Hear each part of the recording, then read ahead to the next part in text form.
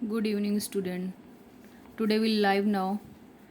हम आज संविधान के बारे में बात करेंगे और संविधान टॉपिक को हम धीरे धीरे लेके चलेंगे। यानी डे 1 हमारा क्या रहेगा कि पहले हम संविधान की उद्देशिका पढ़ेंगे, क्योंकि किसी भी हम चैप्टर को पढ़ेंगे तो पहले हम उसकी उद्देशिका को तैयार पढ़ते हैं। जब तक हमें उद्देशिका यानी उसकी भूमिका के बारे में नहीं पता होगा कि हमारे नेताओं ने, हमारे महान नेताओं ने क्या किया है हमारे लिए, तब तक हम उसकी स्कीम तैयार नहीं कर पाते। उद्देशिका के बारे में जब तक हम पता कर लेंगे, अच्छे से समझ लेंगे, तो हमें संविधान अच्छे से समझ में आ जाएगा। तो पहले हम क्या करेंगे, संविधान में उद्देशिका का अर्थ क्या है, क्या कहना चाहती है, क्या हमारे महान नेता लोगों ने लिखा है, क्या किया है, ये हमें ध्यान से पढ़ना है। तो उद्देशिका संविधान सामान्यतः प्रत्येक अधिनियम का जो आरंभ होता है, यानी किसी भी बुक को पढ़ने से पहले हम क्या पढ़ते हैं, उसकी उद्देशिका। जैसे हमें पढ़ना होता है तो पहले डे प्लान बनाते हैं कि आज हमें ये पढ़ना है, तो वैसे जब हम संविधान स्टार्ट करेंगे तो सबसे पहले हम उद्देशिका यानी प्रियम्बल को पढ़ेंगे। तो हम प्रत्येक अधिनियम का जो आरंभ उद्देशिका से होता है, उसके मुख्य आदर्शों एवं आकांक्षाओं का उल्लेख करती है। तो उद्देशिका क्या है, हमारे संविधान के लक्ष्यों और नीतियों के बारे में समझने में सहायक होती है। और भारतीय संविधान की उद्देशिका जो संविधान निर्माताओं ने, यानी जिसने संविधान को बनाया है, डॉक्टर भीमराव अंबेडकर जी ने, सरदार वल्लभ भाई पटेल ने, पंडित जवाहरलाल नेहरू जी ने, जिन भी हमारे नेताओं ने ये संविधान को निर्माण किया है या निर्माता है हमारे, उनके विचारों को जानने की कुंजी क्या है, उद्देशिका है। तो संविधान की रचना के समय उसके रचयिताओं का, उसके निर्माताओं का क्या उद्देश्य था, हम ये समझेंगे। ठीक है, तो उद्देशिका क्या है, निर्माताओं के विचारों की जानने की कुंजी है। ठीक है, कोई बात नहीं। अब हमने इतना, हमें टॉपिक क्लियर हो गया। अब हम नेक्स्ट टॉपिक में बढ़ेंगे। तो किन उच्च आदर्शों को संविधान में स्थापित करना चाह रहे थे, उनका क्या उद्देश्य था, वो हमारे संविधान में क्या ऐसा करना चाह रहे थे ताकि जनता में समानता का भाव हो, समाजवाद का भाव हो, पंथ निरपेक्षता हो, गणतात्मक राज हो, उन्होंने क्यों ऐड किए। तो ये सारे शब्दों का अर्थ हम उद्देशिका से ही जानेंगे। और हमारे जवाहरलाल नेहरू जी ने क्या किया था, संविधान सभा जब हमारी बैठी थी 26 नवंबर 1949 को, तो 13 दिसंबर 1946 को प्रस्तुत किया। और जो हमारी संविधान सभा में 22 जनवरी 1947 को स्वीकृत उद्देश्य प्रस्ताव था। और ये उद्देश्य प्रस्ताव हमारा ऑस्ट्रेलिया एवं यूएसए का संविधान है। ऐसे करके फिर हमारे क्या हुआ कि थोड़े थोड़े बदलाव होते गए। तो बदलाव के साथ वक्त परिवर्तन मांगता है, तो उसमें क्या हुआ, हमारा एक मिनी संविधान बोला जाता है, यानी लघु संविधान। तो लघु संविधान था। लघु संविधान कौन है, जिसमें बहुत सारे परिवर्तन किए गए। एक ऐसा संविधान संशोधन, मेरी बात ध्यान से सुनिएगा, एक ऐसा संविधान संशोधन जिसमें पूरे संविधान का आधा पार्ट संविधान का आपको उसी में मिलेगा। इतने अमेंडमेंट कर दिए गए, 42 अमेंडमेंट 1976। फिर से ध्यान से सुनिएगा, 42 अमेंडमेंट 1976 से संविधान की उद्देशिका में भी 3 शब्द ऐड किए गए। कौन कौन से, ये हमारे पेपर में बहुत ही इम्पॉर्टेंट है, आपको बहुत ध्यान से पढ़ना होगा। कौन कौन से थे शब्द, समाजवाद और पंथ निरपेक्ष और अखंडता। अखंडता कब जोड़ा गया था, 1975 में। तो हमारी उद्देशिका में क्या है, उद्देशिका किस प्रकार है ये भी। तो उद्देशिका का जो आरंभ होता है, with the people of India, यानी कि हम भारत के लोग भारत को कैसा बनाना चाहते, एक संपूर्ण प्रभुत्व संपन्न। हमें एक एक शब्द को समझ के चलना है। तो संपूर्ण प्रभुत्व संपन्न का मतलब क्या होता है कि हम अपने देश में, जैसे आपका घर हुआ, तो आप अपने पड़ोसी से थोड़ी ना बोलते कि हमारे घर में आकर इंटरफेयर करिए या हमारे घर के आंतरिक मामलों में आप कुछ दखलंदाजी करेंगे। तो ऐसे ही संपूर्ण प्रभुत्व संपन्न हमारे जो संविधान निर्माता थे, उन्होंने ये सोचा कि संपूर्ण प्रभुत्व संपन्न के बाहरी विदेशी राज्य, विदेशी जो हैं, वो हमारे देश में आंतरिक एवं बाह्य मामलों में हस्तक्षेप नहीं करेंगे।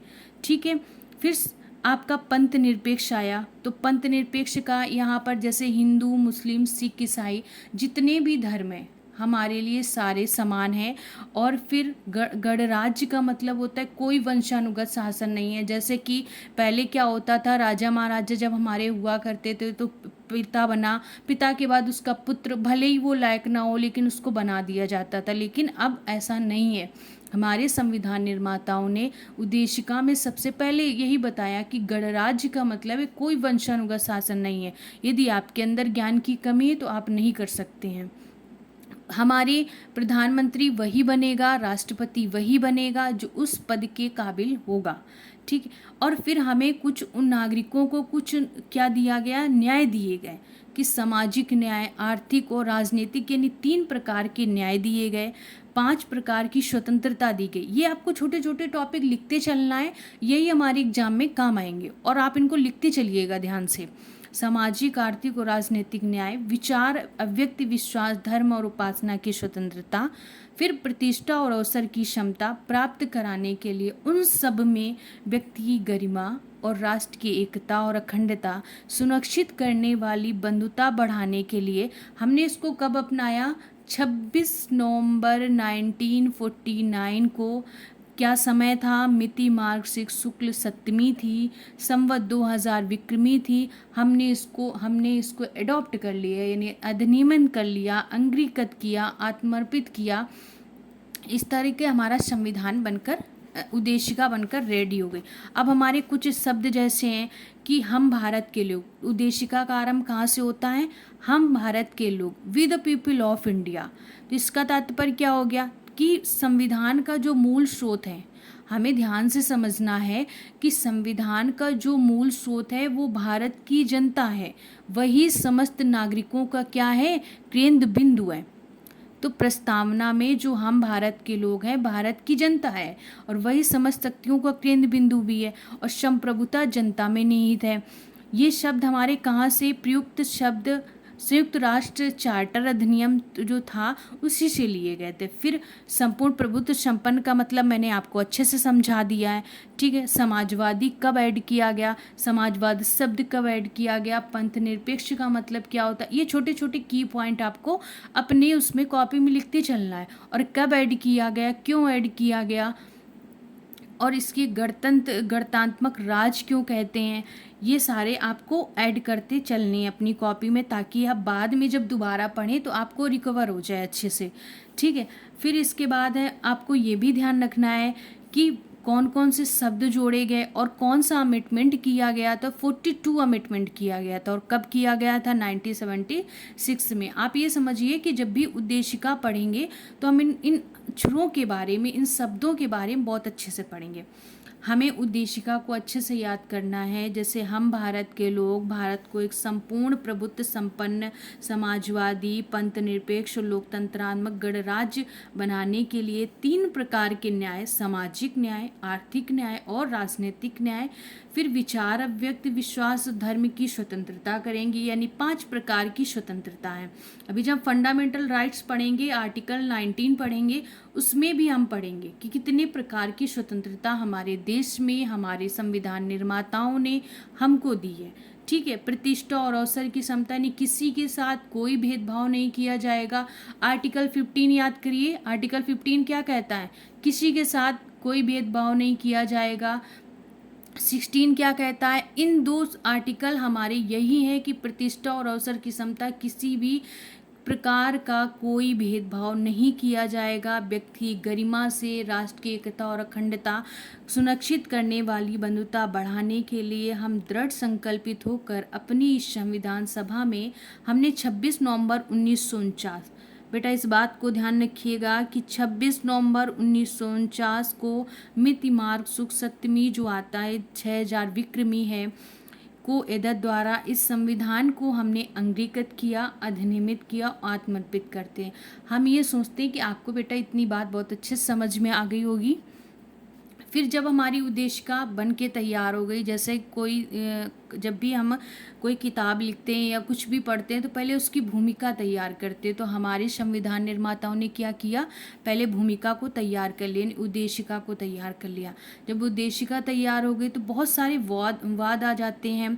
प्रस्तावना से संबंधित कुछ ऐतिहासिक मामले जो हमने आपके लिए बहुत अच्छे से संभाल के रखे हुए हैं, तो आप उनको प्लीज़ एक बार देखिए।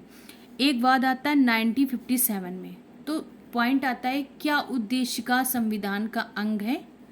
पॉइंट आएगा, क्या उद्देशिका संविधान का अंग है? तो फिर यूनियन ऑफ इंडिया बनाम मदन मोहन गोपाल वाद में सर्वोच्च न्यायालय ने निर्णय लिया कि प्रस्तावना को न्यायालय में प्रवर्तित नहीं किया जा सकता। जैसे कि हमारे नीति निदेशक तत्व है, नीति निदेशक तत्व को आप संविधान में प्रवर्तित नहीं कर सकते हैं, ये वाद योग्य नहीं है। लेकिन मौलिक अधिकार वाद योग्य है।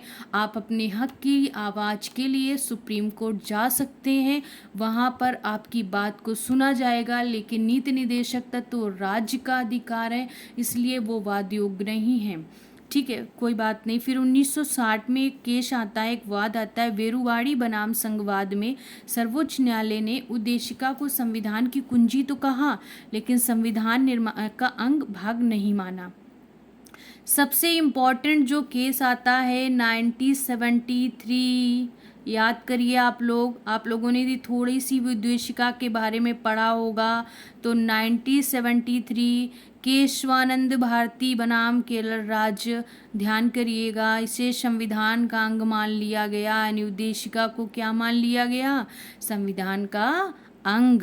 अच्छा, कौन सा अनुच्छेद था? अनुच्छेद 368 के तहत हम संविधान संशोधन जो करते हैं, आर्टिकल 368 के तहत इसमें संविधान संशोधन किए जाने को स्वीकृति दी गई। इसके बाद है क्या 1975 में इंदिरा गांधी बनाम राजनारायण वाद में एक बार फिर कहा गया कि प्रस्तावना को न्यायालय में प्रवर्तित नहीं किया जा सकता। लेकिन हाँ, कोई बात नहीं, वाद तो बहुत सारे आते रहेंगे, लेकिन जो इम्पोर्टेंट है जिसने ये कहा कि उद्देशिका संविधान का अंग है, वो 1973 का केशवानंद भारती बनाम केरल राज्य मोस्ट इम्पॉर्टेंट वाद है। आप अपनी कॉपी में अच्छे से हाईलाइट कर लीजिए, ये वाद आपके पेपर में जरूर आएगा। 42 अमेंडमेंट जब होता है, जिसे हम मिनी संविधान के नाम से जानते हैं, 42 संविधान संशोधन के माध्यम से हमने 3 शब्द जोड़े थे। कौन कौन से? समाजवाद, पंथनिरपेक्ष और अखंडता। हमने आपको इन तीनों का अर्थ बता दिया है, को जोड़ा गया था, और ये प्रस्तावना में किया गया प्रथम संशोधन था। तो हम समझ रहे हैं, आपको यहाँ तक समझ में आ गया होगा। फिर कुछ कथन होते हैं कि जैसे कि हम हर इंसान अपनी बात रखना चाहता है, वैसे ही करके कथन भी कुछ स्टेटमेंट दिए। कुछ हमारे बहुत बड़े बड़े ज्ञानी लोग थे उस टाइम, जिन्होंने अपनी बात रखी, और इनकी पालकी वाला ने थे जो उन्होंने प्रस्तावना को संविधान का परिचय पत्र कहा। तो किसने कहा था? ये स्टेटमेंट हमारे एग्जाम में सीधे सीधे मिलेगा, तो आपको ध्यान से पढ़ना है, मेरी बात को ध्यान से सुनना है। इनके पालकी वाला प्रस्तावना को संविधान का पहचान पत्र कहा। इसे संविधान की आत्मा किसने कहा? आपको एग्जाम में same as it is question मिलेगा। दामोदर जी ने कहा। उद्देशिका क्या है? हमारे सपनों और विचारों को प्रतिनिधित्व करती है।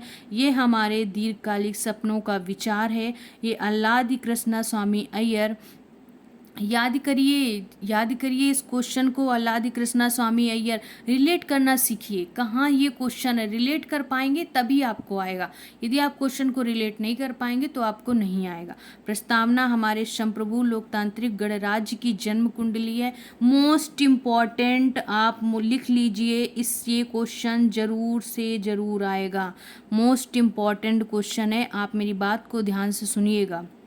ठीक है, उद्देशिका संविधान के उपबंधों को समझने, उसको सही व्याख्या करने में सहायक होती है। तो न्यायमूर्ति हिदायतुल्लाह, इनको भी याद करिए। न्यायमूर्ति हिदायतुल्लाह कौन थे? और ये संविधान को रिलेट करिए। आप देखिए, आप किसी भी चैप्टर को पढ़ रहे हैं या किसी भी बुक को पढ़िए, तो जब तक आप रिलेट नहीं करेंगे आपको नहीं आएगा।